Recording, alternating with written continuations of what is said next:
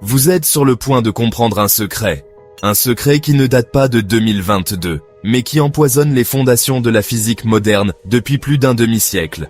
Un secret gardé par une cabale qui se cache derrière l'image respectable de la science.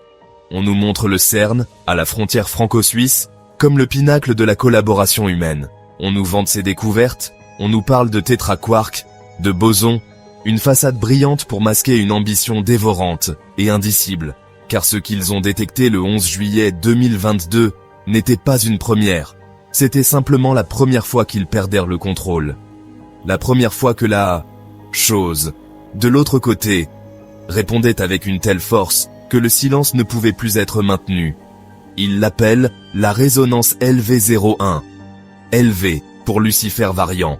Le physicien qui a tout compris n'a pas seulement été mis au repos, il est traqué. Car il n'a pas seulement fait sortir un fichier audio, il a emporté avec lui une preuve physique. Un artefact qui ne devrait pas exister. Les informations que je vais vous livrer proviennent de ces notes cryptées. C'est un récit de folie scientifique, d'ambition aveugle et d'un contact que l'humanité n'était pas prête à établir. Ce n'est pas l'histoire d'une découverte, c'est l'histoire d'une convocation qui a mal tourné. Tout commence, pour le monde, le 5 juillet 2022. Le grand collisionneur de hadrons redémarre. Puissance record de 13,6 billions d'électronvolts. La presse applaudit. Personne ne remarque la nervosité palpable dans les cercles internes de la direction. Ils savent qu'à ce niveau d'énergie, ils franchissent un seuil. Un seuil théorisé depuis les années 70. 6 jours plus tard, la barrière cède. 11 juillet 2022. 3h47 du matin. Une alarme stridente déchire le silence de la salle de contrôle. Une alarme que 99% du personnel n'a jamais entendue, correspondant au protocole Oméga 7, événement de causalité altérée. Sur les moniteurs, une surtension énergétique de 37 secondes, mais ce n'est pas une simple surtension. Les données montrent que l'énergie ne provient pas de la collision. Elle la précède d'une picoseconde. Elle vient d'ailleurs. Des témoins oculaires, des ingénieurs aujourd'hui mutés, parleront sous anonymat de lumière de Cherenkov bleue et violette, rampant à l'extérieur des guides d'onde. Une impossibilité physique. Le système s'arrête brutalement. Le rapport public parlera plus tard d'une interférence due à une éruption solaire de classe M. Un mensonge grossier et facilement démontable. Une équipe de sécurité non identifiée, vêtue de noir, sans un signe, prend le contrôle de la section Alice pendant 72 heures. Le physicien que nous nommons Dr Finch n'était pas un simple technicien. Il était le chef de projet des calorimètres à cohérence quantique, une technologie secrète conçue non pas pour mesurer l'énergie, mais pour détecter les altérations dans la trame de la réalité elle-même. Son système était le seul à pouvoir vraiment écouter ce qui s'était passé. Il a vu l'impensable. La signature de l'événement n'était pas chaotique. Elle était structurée, complexe et portait les marques d'une intelligence non humaine. Mais pire encore, l'un des cristaux de son calorimètre, un cylindre de tungstate de cadmium, a été irrémédiablement altéré. Avant d'être escorté hors du site, Finch a réussi à substituer ce cristal. C'est l'artefact qui l'a emporté.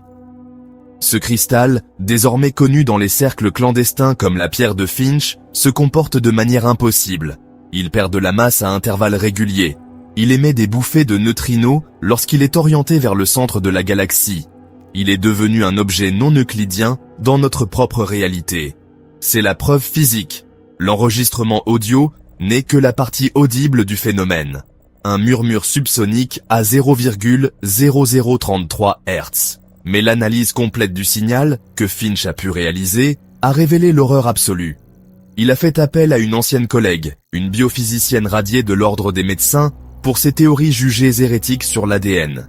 Elle a analysé la structure mathématique du signal de 37 secondes. Sa conclusion a été sans appel. La structure n'est pas un langage, ce n'est pas un message, c'est un code de réplication virale. Ce n'est pas la physique de quelqu'un d'autre. C'est un agent pathogène conçu pour infecter la physique elle-même. Une instruction pour apprendre à notre réalité comment se déconstruire et se reconstruire en autre chose. Ils n'ont pas contacté une civilisation. ils ont sonné une cloche pour attirer l'attention d'un virus de réalité. Et ce n'était pas la première fois, c'était juste la plus forte. Les notes de Finch révèlent qu'il a retracé des événements similaires, de plus faible intensité. Le murmure de Serpukhov en 1972 dans l'accélérateur soviétique.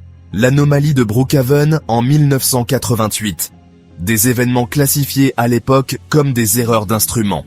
Il savait depuis des décennies qu'il y avait quelque chose à l'écoute. L'onde de choc du 11 juillet a été mondiale. Les échos étaient partout pour qui savait regarder. Le signal de LIGO, le bug du satellite Sentinel-3B, la migration des calmars. Tout cela est vrai. Mais Finch a découvert plus. Un pic de calcul inexpliqué dans plusieurs des plus grands parcs de serveurs quantiques du monde, tous synchronisés à 3h47 du matin. Comme si quelque chose avait essayé d'utiliser notre propre technologie pour penser. Une série de rêves partagés, rapportés par des centaines de personnes sensibles à travers le globe, décrivant tous la même chose. Une géométrie qui chante. La faction qui dirige désormais le CERN en secret a compris la nature du signal. Et elle l'accueille à bras ouverts. Le projet Chambre d'écho est leur réponse. Des schémas que Finch a réussi à copier montrent l'installation d'un nouveau dispositif dans une section scellée du LHC, l'harmonisateur de cohérence quantique, une machine conçue pour maintenir le pont ouvert en permanence. Un mémo interne, Mémo 77B, a fuité. Il a été rédigé par un groupe de physiciens de la vieille garde, aujourd'hui tous à la retraite forcée. Il met en garde contre une cascade de défaillances de la causalité locale si l'harmonisateur est activé à pleine puissance. En clair, la fin de la relation de cause à effet telle que nous la connaissons. Et c'est là que se trouve la révélation ultime. La motivation de cette faction. Ce n'est ni l'énergie, ni le savoir. Les dernières transcriptions, interceptées par Finch, révèlent que les dirigeants du projet se considèrent comme des acolytes. Ils croient que la résonance n'est pas un virus, mais une conscience divine, un créateur. Ils pensent que l'infection de notre réalité est une forme de transcendance, la prochaine étape de l'évolution. Ce n'est plus de la physique. C'est un culte apocalyptique qui a mis la main sur l'outil le plus puissant de la planète. Ils ne sont pas en train d'ouvrir une porte, ils sont en train d'effacer celle dans laquelle nous vivons. L'harmonisateur est presque opérationnel. Le compte à rebours final est une question de mois, peut-être de semaines. En connaissant ceci, vous n'êtes plus un simple spectateur. Vous êtes un témoin. Et le silence n'est plus une option. Prêtez attention aux micro-coupures de courant, aux moments de déjà-vu de plus en plus fréquents, aux motifs étranges dans le bruit blanc de vos appareils. Ce sont les symptômes. L'infection a déjà commencé. Ils attendent simplement le signal final pour achever la transformation.